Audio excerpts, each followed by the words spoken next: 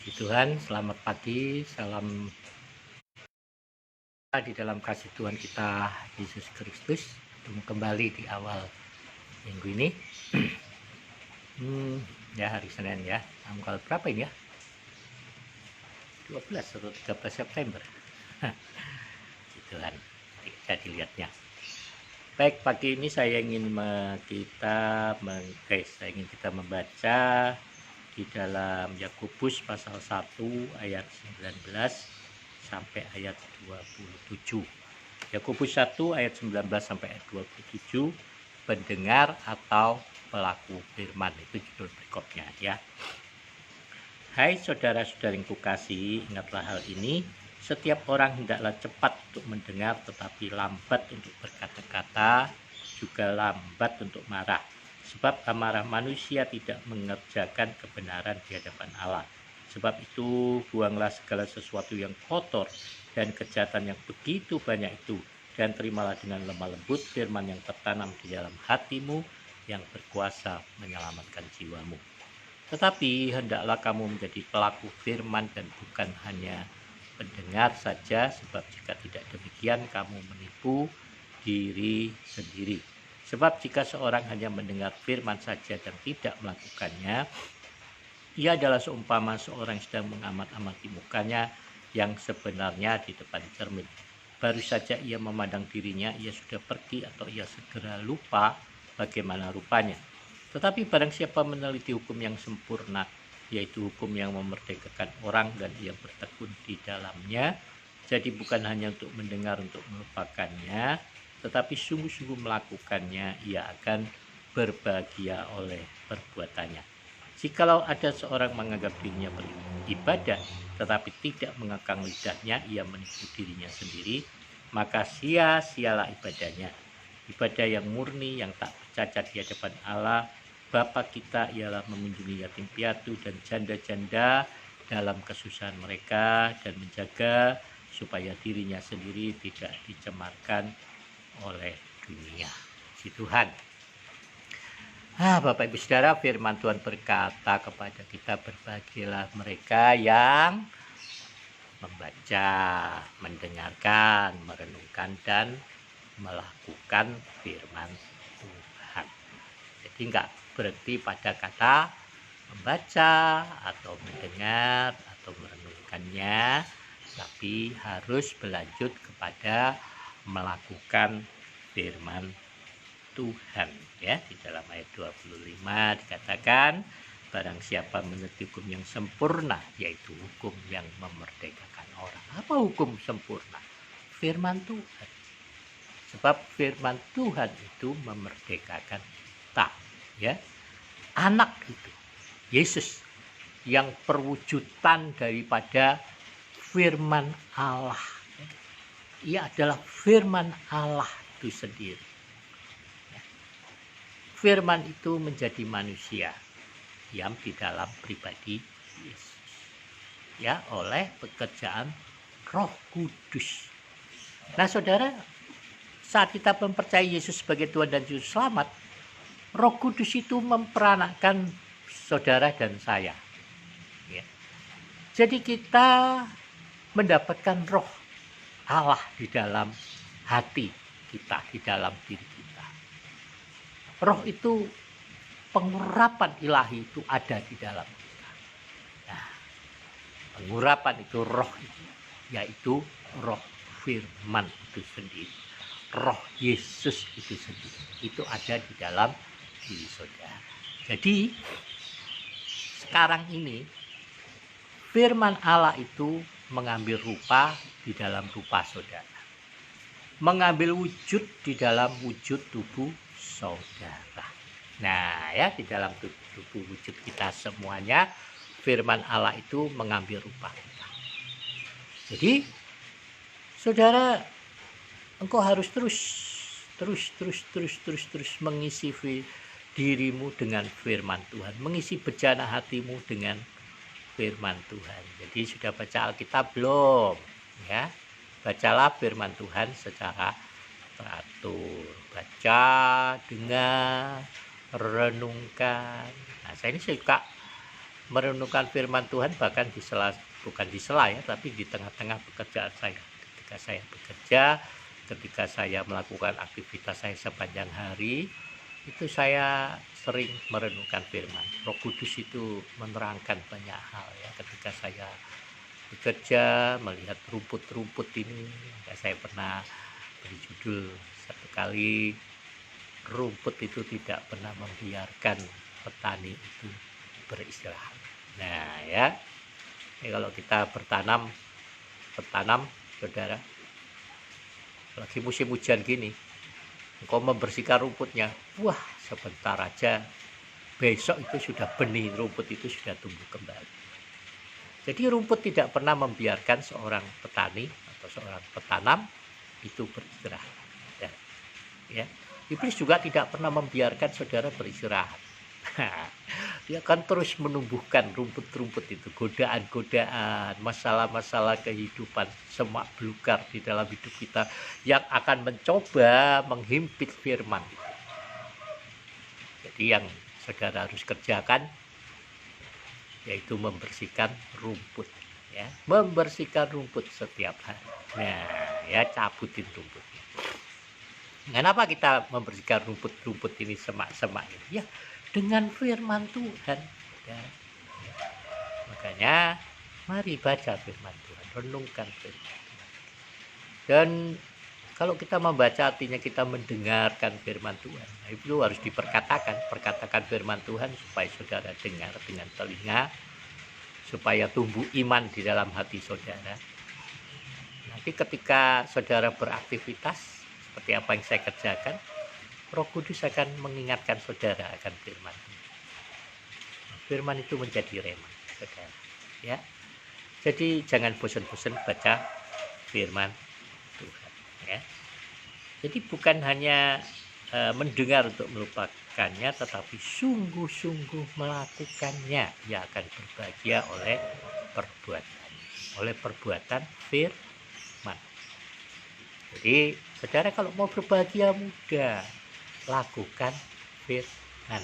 Nah, saudara akan mendapatkan damai sejahtera, sukacita, ketenangan, dan menikmati semua kebaikan dan kemurahan Tuhan.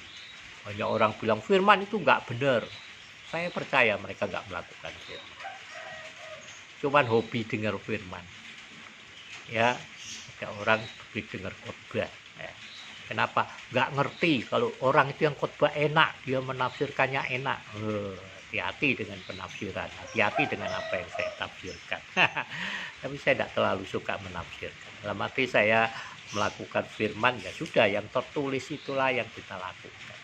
Ya, apa yang Tuhan Yesus inginkan saudara kerjakan. Mari kita lakukan segala sesuatu hari-hari ini dengan tidak bersungut-sungut. Ingat, orang-orang yang bersungut menggerutuakan nasibnya itu orang-orang asik.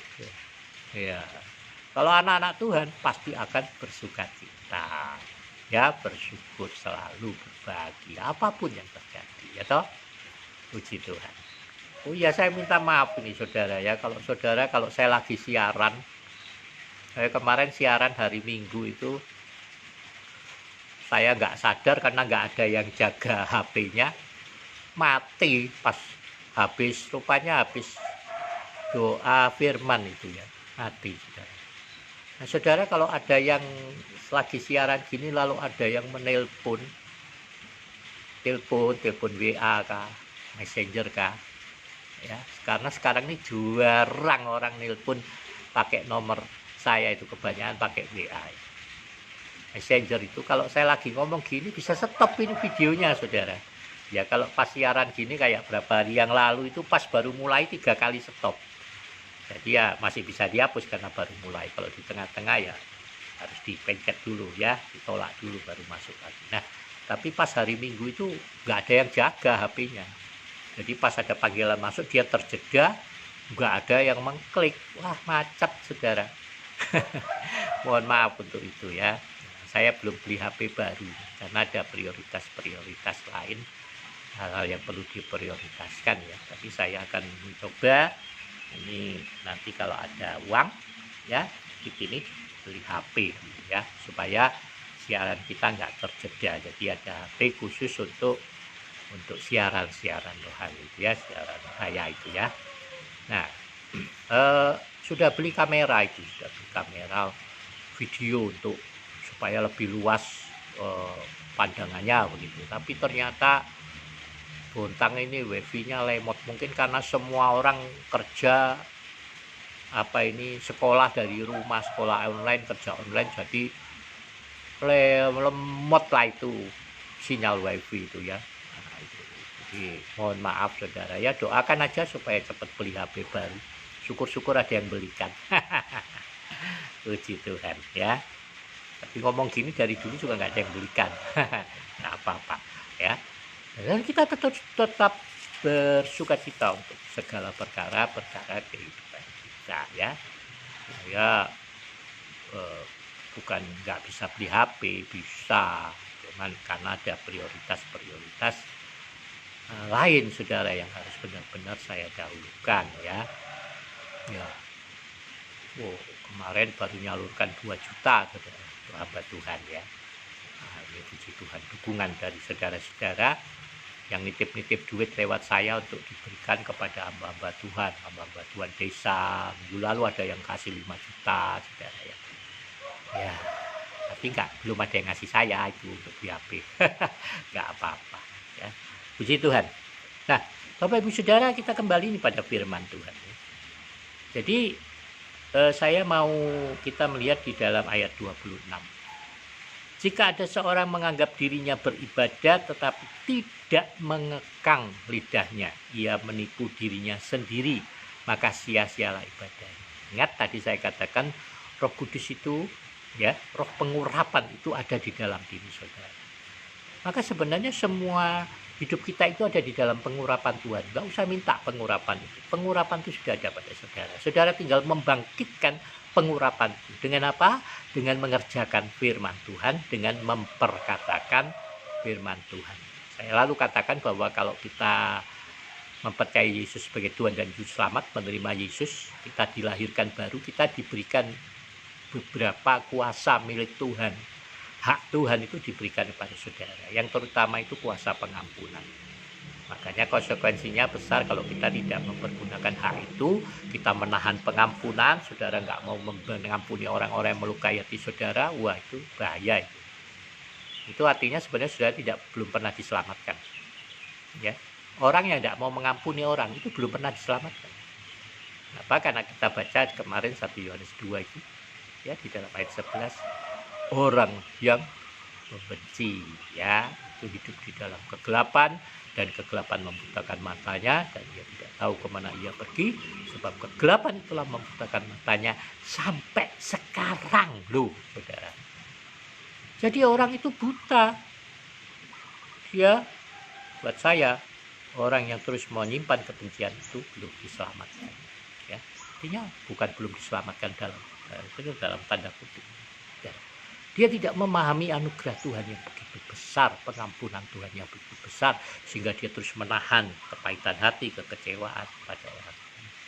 Dan 1 Yohanes 3:15 kan lebih ngeri.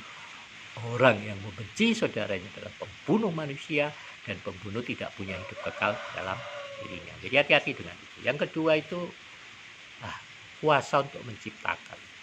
Ya, di dalam Amsal 18 ayat 21, hidup dan mati dikuasai lidah, siapa suka menggemakannya akan memakan buahnya.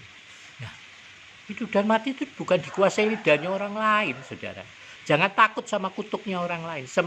Kalau saudara benar-benar hidup di dalam kasih karunia Tuhan, nggak ada celah, nggak ada dosa yang saudara simpan, nggak ada kebencian saudara simpan. Jangan khawatir dengan kutuk. Saya ini sering dikutuki orang, bahkan sama pendeta. Loh ya, kok pendeta ngutuki saya? Loh benar saudara ya. Meskipun maksud mereka itulah bagus saudara, tapi tanpa sadar mereka mengutuki saya. Ini kejadian di Alor saudara, berapa tahun yang lalu ya. Juga kalau nggak salah itu 1 kali di Belitung ya. Jadi di Alor itu saya pelayanan di Alor. Lalu ya 1 kali saya sudah ceritakan tuh, jadi saya ceritakan lagi. Lalu saya dalam satu ibadah saya mendapatkan penglihatan mungkin ada orang di situ saudara ya, dia sedang bergumam, melihat saya eh, dari luar gereja ya, tapi pintu gereja itu terbuka, jadi saya melihat orang itu berdiri memegang tiang lalu bergumam, lalu dia menggoyangkan kakinya ya, mungkin memantra-mantrai saya begitu ya, saya nggak hiraukan itu. Nah tapi waktu selesai ibadah itu pendetanya, gembalanya dan majelisnya pada datang saudara, lalu nanya, siapa yang dilihat tadi? Lalu saya bilang, orangnya begini, pakai jaket hitam. Lalu mereka ngomong, orangnya gemuk pendek, rambutnya, oh iya saya bilang. Wah, mereka, itu om, hati-hati itu om. Suwangi itu, dukun maksudnya. Suwangi itu om. Belitung juga ada pendeta ngomong hal yang sama gara-gara mohon maaf saya itu buang air kecil sembarangan begitu. Ya, karena di tengah-tengah hutan saudara naik motor, dalam satu perjalanan saya digonceng, wah kepingin buang air kecil, saya cepat-cepat turun lari-lari, saya buang air kecil di sebuah pohon besar yang ada kain merahnya begitu. Lalu pendeta ini, anak muda ini teriak-teriak, teriak-teriak. Saya karena jauh saya nggak ngerti, saya nggak dengar dan juga nggak ngerti apa yang dia teriakkan. Jadi saya cuek aja, saya selesaikan dulu urusan saya, baru saya kembali. Nah, omongan yang sama yang saya dengar seperti di alor itu, sama, nadanya sama. Wah, om ini lo ngawur aja, itu pohon milik Tatung, Tatung ya, sebut-sebutan dukun. Tatung itu. Terus mereka sama itu nadanya, omongannya itu. Wah, hati-hati om ini loh, bisa mati om ini, bisa bengkak om ini, om bisa ini. Loh. Lalu saya bilang sama mereka, lah saya itu tidak dengar orang itu loh ngomong apa sama saya. Tidak dengar ya Tatung atau Suwangi itu bicara apa, nyumpahin saya apa. Loh kok malah kalian loh yang nyumpahin saya bilang. Ya enggak mungkin lah, saya besok pulang kok. Masih ada pelayanan di tempat lain. Lah ini saudara. Ya, jadi malah pendeta loh yang nyumpahin, bukan dukunnya ya. Ya kemurahan Tuhan lah ya. Tuhan melindungi, menjaga ya, sampai sekarang semua ada dalam kemurahan Tuhan. Saya udah pergi kemana-mana keliling Indonesia, ke kampung-kampung, ke desa-desa, jalan lewat hutan sendirian, ke Sampit waktu pas kerusuhan itu ya. Nah, kita ada di dalam pelindungan kasih Tuhan, tidak perlu khawatir kemana-mana. Penting tuh, paling penting tuh jaga hati, jaga pikiran, jaga perkataan kita. Nah, ini masalah perkataan dan masalah kekhawatiran. Jadi kemarin seorang saudari mem-WA saya 2 hari yang lalu. Dia bilang dia mau ikuti tes CPNS ya, dalam pegawai negeri sipil. Dia bilang dia rapid dan hasilnya adalah reaktif, positif ya. Wah, dia khawatir. Dia WA saya, bagaimana ini? Saya katakan, itu karena kecemasanmu, karena ketakutanmu, karena kekhawatiranmu. Saya percaya kau sudah mengkhawatirkan hal itu. Nah, seringkali kan kalau kita mengkhawatirkan sesuatu, kita mikirin saudara. Prasangka buruk kita taruh di depan, padahal belum itu terjadi, tapi kita udah berprasangka, jangan-jangan ini, jangan itu, jangan. Kalau jangan tewel, jangan lode, nah. Nanti kalau jangan-jangan ada ini, ada itu, nah, itu saudara meracuni pikiran kita, dan itu memang iblis yang menyusupkan pikiran-pikiran seperti itu. Nah, saya bilang sekarang, ayo berserah kepada Tuhan, serahkan semua kekhawatiranmu, masalahmu sama Tuhan, serahkan itu sama Tuhan. Ya, jangan khawatir lagi, percaya ya, percaya tubuhmu itu baik Tuhan, perkatakan tubuhmu baik Tuhan, Roh Kudus tinggal di dalammu, kuasa penyakit apapun gak berhak tinggal di dalammu, karena kalau Roh Kudus di dalam diri kita, dia akan memberikan kita kesehatan dan memulihkan tubuh kita. Tapi kita harus bekerja sama bersama dengan firman dan Roh Allah, terus memperkatakan firman. Dulu saya kecil dan remaja sakit-sakitan, pelangganan rumah sakit. Kalau masuk rumah sakit bukan 1-2 hari, bisa bulanan. Ya, banyak penyakitnya, banyak makanan yang dokter larang untuk saya makan. Tapi sejak saya jadi hamba Tuhan, sejak saya mengikuti Yesus, mempercayai Yesus sebagai Tuhan dan Juru Selamat saya terus belajar bekerja sama dengan firman, dengan Roh. Saya terus memperkatakan firman bahwa tubuh saya adalah bait Roh Kudus. Dan puji Tuhan, kemurahan Tuhan, semua sakit penyakit yang dulu, penyakit kambuhan itu hilang semua. Jadi saya sungguh-sungguh menikmati kebaikan kemurahan Tuhan. Saya percaya tubuh jiwa roh saya akan terpelihara sempurna sampai Tuhan Yesus datang. Saudara harus percaya itu. Jadi jagalah hati saudara, jagalah pikiran saudara. Jangan biarkan ada sampai luka hati, kebencian, ya. Ada dosa kelemahan yang tidak saudara akui. Setiap kita lo punya kelemahan, ya. Kita bikin kesalahan, setiap hari saya juga bikin kesalahan. Tapi mari kita jangan menyesali kesalahan, tapi bertobat dari kesalahan kita, mengakuinya kepada Tuhan. Kalau perlu ngakuin sama orang lain, mengupayakan perdamaian dengan semua orang. Jadi kalau kita menjaga hati kita, pikiran kita dengan firman Tuhan, saudara percaya Tuhan akan menjaga firman. Tuhan akan menggenapi firman-Nya di dalam diri saudara. Jadi kalau kita hidup seturut dengan kehendak Tuhan, enak saudara, ya. Jadikan diri saudara ini alat berkat Tuhan. Jangan seperti saya bilang kemarin, ya orang fasik itu. Kalau ada berkat, dia gunakan untuk dirinya sendiri, memuaskan kedagingannya, perutnya sendiri, kadang-kadang pamer-pamer gitu ya, tapi tidak bagi-bagi, ya kan? Kalau keberkatan suka pamer-pamer tapi tidak suka berbagi. Tapi waktu kesukaran dia yang pertama mengeluh dan menggerutu. Nah, ini saudara ya, orang fasik itu cuman Tuhan ada di mulutnya ngomong haleluya puji Tuhan terus, tapi ya saya bilang mulutnya Tuhan Tuhan, kelakuannya anak hantu. Jangan kayak gitu ya. Nah, tapi kita semua cenderung berbuat kefasikan ya, termasuk saya. Tapi mari kita berubah ya, dan diubahkan terus dari hari ke hari. Izinkan firman itu tertanam dalam pikiran dan hati kita. Baca firman Tuhan secara teratur ya, renungkan firman Tuhan dan perkatakan firman Tuhan. Jadi hadapi situasi-situasi tertentu, Roh Kudus akan mengingatkan saudara akan firman, memberikan firman, menumbuhkannya menjadi rema di dalam hidup saudara. Saudara akan melihat pertolongan Tuhan, kuasa kasih Tuhan yang luar biasa. Jadi terima kasih untuk kebersamaan kita di pagi hari ini. Sampai bertemu esok hari Selasa ya. Puji Tuhan. Saya percaya Roh Kudus akan menolong memimpin saudara, sehingga kemanapun saudara pergi, saudara akan beruntung.